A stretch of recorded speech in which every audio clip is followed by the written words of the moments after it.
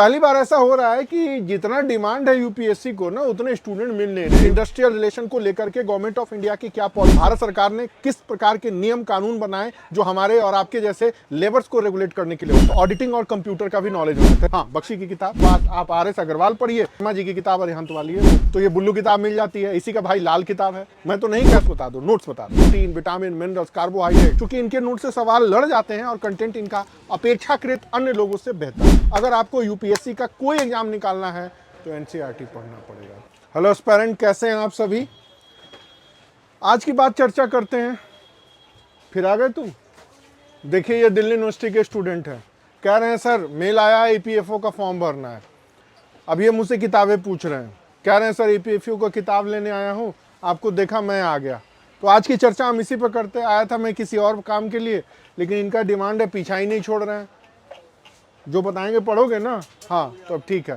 तो आज की चर्चा इसी के ऊपर, ईपीएफओ के यूपीएससी पहली बार ऐसा हो रहा है कि जितना डिमांड है यूपीएससी को ना उतने स्टूडेंट मिल नहीं रहे। यूपीएससी वाले खुद मेल कर रहे हैं दिल्ली यूनिवर्सिटी को, ये यूनिवर्सिटी को, वो यूनिवर्सिटी को, कि भैया अच्छे अच्छे कैंडिडेट भेजो हमें।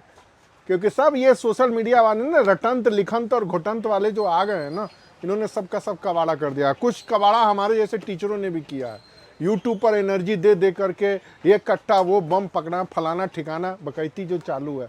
तो आज की चर्चा हम लोग करते हैं ईपीएफओ के बारे में। थोड़ा सा आपको सिलेबस के बारे में बता दूं। जीएस में तो जानते ही हैं क्या आता है, हिस्ट्री आता है, पॉलिटी आता है वाला। उसके अलावा ईपीएफओ में कुछ विशेष चीज़ें आती हैं, जैसे इंडस्ट्रियल रिलेशन, औद्योगिक संबंध। ये एक महत्वपूर्ण चैप्टर है। इंडस्ट्रियल रिलेशन को लेकर के गवर्नमेंट ऑफ इंडिया की क्या पॉलिसी है, कौन से नियम बने, कौन से कानून बने और किस एक्ट के तहत कौन सा काम होता है। तो पहला जो स्पेशल रूप से पढ़ना है वो है आपका इंडस्ट्रियल रिलेशन। दूसरा है लेबर लॉ। लेबर लॉ का मतलब श्रमिकों से संबंधित नीति, मतलब भारत सरकार ने किस प्रकार के नियम कानून बनाए जो हमारे और आपके जैसे लेबर्स को रेगुलेट करने के लिए होता है। तो हम थोड़े से हाईफाई हैं, पढ़ाई लिखाई का काम करते हैं, बट यहाँ पर लेबर का मतलब होता है इंडस्ट्री में या किसी भी ऑर्गेनाइज्ड और अनऑर्गेनाइज्ड सेक्टर में काम करने वाले लेबर के रूप में। इसके अलावा भारत सरकार कमज़ोर वर्गों के लोगों के लिए सामाजिक सुरक्षा की योजनाएं बनाती है। कमज़ोर वर्ग कौन? देश के 68% वैसे लोग जो रोज़ कमाने खाने वाले होते हैं, उनको बोलते हैं कमज़ोर वर्ग। उनकी सामाजिक सुरक्षा के लिए नियम बनाते हैं। फिर होता है बीमा, जीने के साथ भी जीने के बाद भी। एलआईसी, भारत की मुस्कान, सुने तो होंगे। तो सोशल सिक्योरिटी में इंश्योरेंस एक बहुत टर्निंग पॉइंट माना जाता है। तो इंश्योरेंस के बारे में आईआरडीए से लेकर के अन्य रूल्स रेगुलेशंस क्या होते हैं, भारत में कितने बीमा कंपनियां हैं, किसका कौन सा कोलैबोरेशन है, जैसे SBI life, Punjab national bank का मेट लाइफ, एचडीएफसी का, आईसीआईसीआई प्रूडेंशियल, बजाज एलियान, ये सब नाम तो सुने होंगे। ये किस नियम के तहत बनते हैं, किस नियम के तहत संचालित होते हैं और किस नियम के तहत क्रियान्वित होते हैं, इससे जुड़ी हुई जो चीज़ें होती हैं वो इंश्योरेंस होती है। अगला बात है अकाउंट, डेबिट, क्रेडिट, ये अकाउंट, वो अकाउंट, क्या नाम है, करंट अकाउंट, कैपिटल अकाउंट, ये सब नाम सुने होंगे। थोड़ी सी अकाउंट बेसिक इंफॉर्मेशन आपको पता होना चाहिए। इसके अलावा ऑडिटिंग और कंप्यूटर। ऑडिटिंग का मतलब अंक क्षेपण होता है, संलेखना एक अन्य और विधि है, अंक क्षेपण, ऑडिट करना।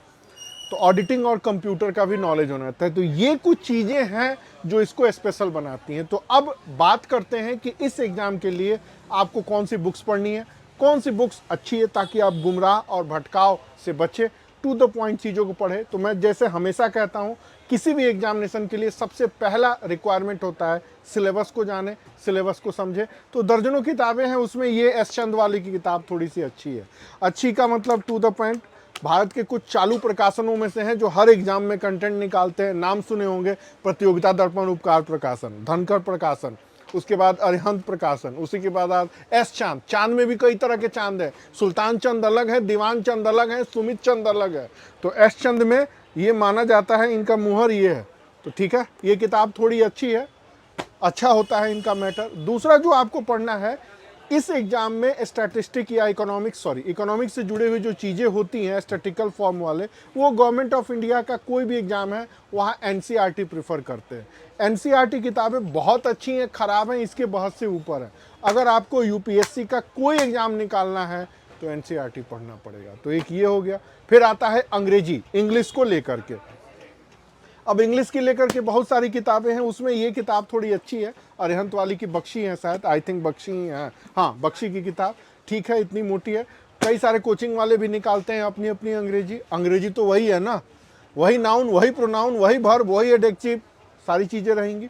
कोई भी किताब जो आपको अच्छी लगती है उसको आप बेस बना सकते हैं। मैथ्स की बात आती है तो अब आप RS अग्रवाल पढ़िए, या फिर ये कौन सा है वर्मा जी की किताब अरिहंत वाली है वो पढ़ लीजिए, कोई भी पढ़िए जो आपकी बेस बुक हो। अब आप RS अग्रवाल पढ़ेंगे वो भी अच्छा है, वर्मा जी की किताब वही अच्छा है, वही ट्रेन के सवाल, वही चीनी के सवाल, वही मूल्य का सवाल, वही पानी टंकी का सवाल, आना ही आना है। ट्रेन दोनों इधर से आ रही है, कैसे गुजरेगी, वही घड़ी का सवाल, वही तेरे मम्मी का, चाचा का, पापा का, दादा का, नाना का, दादा का, कौन क्या लगेगा, वही रीजनिंग, आना ही आना है। अब फिर आता है एक GS वाला। अब GS में मैं तो इसको ब्लू किताब कह के आलोचना कर देता हूं, लेकिन एक कम समय में GS को समरी करने का श्रेय ल्यूसेंट को जाता है। अब ल्यूसेंट ने इसके साथ 75 किताबें निकाली, कोई नहीं चली, आज भी ये चल रही है।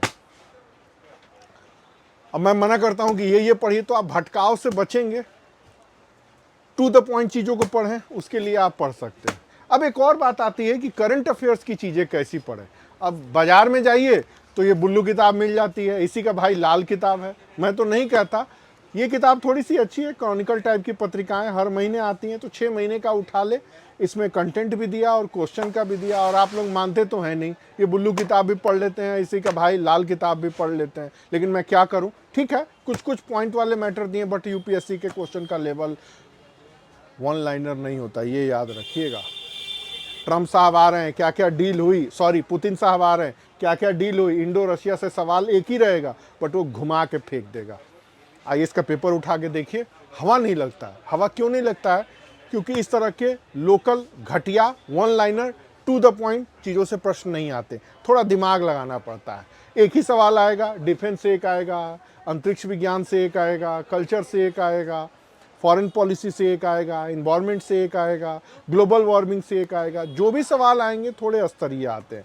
तो करंट अफेयर्स के लिए आप दोनों चीज़ पढ़ सकते हैं। अब इसके अलावा कुछ बच्चे पूछते हैं कि सर थोड़ा नोट्स बता दो, नोट्स बता दो, नोट्स बता दो। तो ऐसे तो बहुत सारे नोट्स हैं। अब इसमें एक नोट्स इस कोचिंग का है, इसी का नोट सबसे ज़्यादा बिकता है, क्योंकि इनके नोट से सवाल लड़ जाते हैं और कंटेंट इनका अपेक्षाकृत अन्य लोगों से बेहतर है। तो आप इसमें इनको देख सकते हैं। देख लो भाई कौन सा है, DID मी IAS जो भी है, डैडी मम्मी IAS जो भी हो, जैसे भी हो, जिस तरह भी हो, इतना पोथा है। अगर आपके पास समय हो तो अपने भेजे में इसे डाल लीजिएगा, नहीं हो तो दूसरी किताब भी पढ़ सकते हैं, ठीक है। इन किताबों के अलावा एक किताब जो मुझे अच्छी लगी, सुल्तान चंद वालों की किताब है, S चंद, नाम याद रखिएगा। एक सुल्तान चंद है, एक सुमित चंद्र है, एक सुमाती चंद्र है, आप पता नहीं कौन कौन चंद है। तो इनकी चीज़ें देख सकते हैं। और थोड़ी सी अन्य और चीज़ें, रीजनिंग को लेकर के किताब आती है, रीजनिंग की बहुत सारी किताबें आती हैं। मैं फिर कहूँगा कि मैथ्स, रीजनिंग और इंग्लिश किसी एक राइटर की बपौती नहीं है।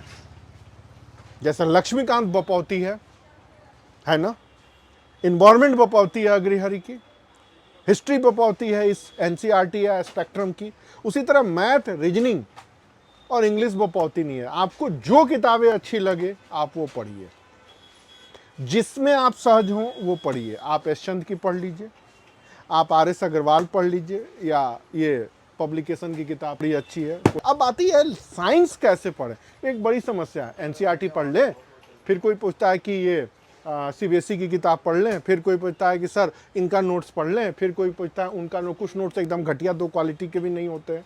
लूसेंट वाली साइंस ऑब्जेक्टिव उसमें दिया है, ठीक ठाक है, हालांकि मैं प्रिफर करता नहीं, बट इतने कम समय में आपको सवाल लगाना है, वही फिजिक्स, वही केमिस्ट्री, वही बायोलॉजी, तो आप उसको एक लगा सकते हैं। बट हमेशा याद रखिए UPSC का थोड़ा सा अप्रोच अलग है। प्रोटीन, विटामिन, मिनरल्स, कार्बोहाइड्रेट, उसके बाद WHO की रिपोर्ट, भारत में जन्म लेने वाली नई नई बीमारियां, 1 साल में होने वाली घटनाएं, साइंस में करंट की चीज़ें ये सब पूछी जाती हैं। Cell division, mitochondria, ribosomes, protoplasm, respiratory system, excretion system, फलाना ठिकाना, ये सब थोड़े कम आते हैं। तो ये छोटे से समय अंतराल में मैंने आपको बताया है, वही किताबें हैं। मैं आपको फिर कह रहा हूँ, मैथ्स, रीजनिंग और इंग्लिश ये किसी की बपौती नहीं है। इसमें जो किताब आपको अच्छी लगे वो पढ़िए। हाँ, कुछ किताबें अच्छी होती हैं जिनका क्वालिटी और जिनका एक मार्केटिंग लेवल कभी नहीं गिरता, जैसे एस चंद वालों की RS अग्रवाल की किताब बेहतरीन है। तो अगर मन हो तो वो भी पढ़िए, नहीं तो जो किताब आपको अच्छी लगे वो पढ़िए। हाँ, अकाउंट्स वगैरह को लेके जो एडिशनल पार्ट है EPFO का, उसमें कई सारी किताबें हैं, उसमें से सुल्तान चंद वालों की किताब, एस चंद वालों की किताब अच्छी है। तो ये छोटी सी बात है, और हमेशा याद रखिएगा, लाल किताब बुल्लू किताब से ज़्यादा बेहतर ये इस तरह की किताबें ठीक है रिवीजन करने के लिए, बट इनके ऊपर निर्भर ना रहिए। तो उम्मीद है इस छोटे से वार्ता में आपको थोड़ी बहुत चीज़ें समझ में आ गई हों। समझ में आए तो अच्छी बात, ना समझ में आए तो खुदा हाफिज़।